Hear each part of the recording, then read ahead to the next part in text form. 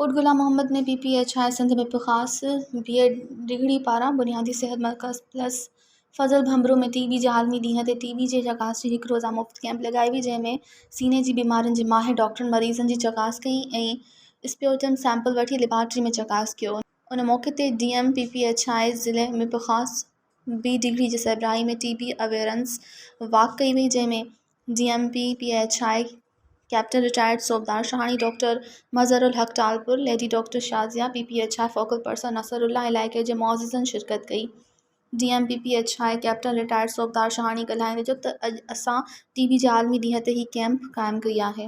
मज़ीद ख़बरनि ऐं तफ़सीलात लाइ विज़िट कयो असांजी वेबसाइट www.awamiNewsHD.com ऐं ॾिसंदा रहो अवामी न्यूज़ HD।